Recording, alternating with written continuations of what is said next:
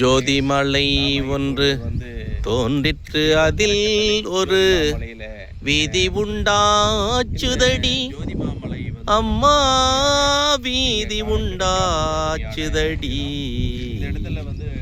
வீதியில் சென்றேன், அவ்வீதி நடு ஒரு மேடை இருந்ததடி அம்மா, மேடை இருந்ததடி என்று வள்ளல் பெருமான் குறிப்பிடுவாங்க.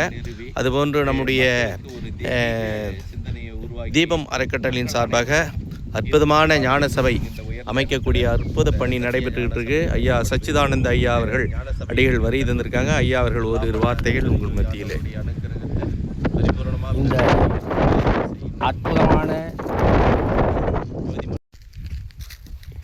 இந்த ஜோதி மாமலையினுடைய அருகாமையிலே அடிவாரத்திலே அற்புதமான இயற்கை அருள் விளங்குகின்ற தெய்வீகத்தன்மையுடைய இந்த அருட்பூமியிலே தீபம் அறக்கட்டளை அருமையான ஒரு இயற்கை விவசாய பண்ணையும், இங்கே சமரச சுத்த சன்மார்க்க சத்திய தர்மசாலையும், இப்பொழுது சமரச சுத்த சன்மார்க்க சத்திய ஞான சபையை எப்படி உலகத்திற்கு வள்ளல் பெருமானார் அவர்கள் வடலூரிலே சத்தியமும் ஞானமும் இரண்டு அல்ல, இரண்டும் ஒன்றே, இந்த ஒன்றான ஒன்றிலே ஒன்றுபடுவதற்காகத்தான் மனம் பேதளிப்பதை விடுத்து ஆன்ம நேயத்தோடு கூடி ஆன்ம நேயத்தோடு ஒருமைப்பட்டு ஆன்ம லாபமாகிய மரணமிலா பெருவாழ்வு அடைவதற்காகத்தான் இந்த சத்திய ஞான சபையை வடலூரிலே அமைத்தார். அதை அவ்வண்ணமே இந்த தீபம் அறக்கட்டளையாகப்பட்டது.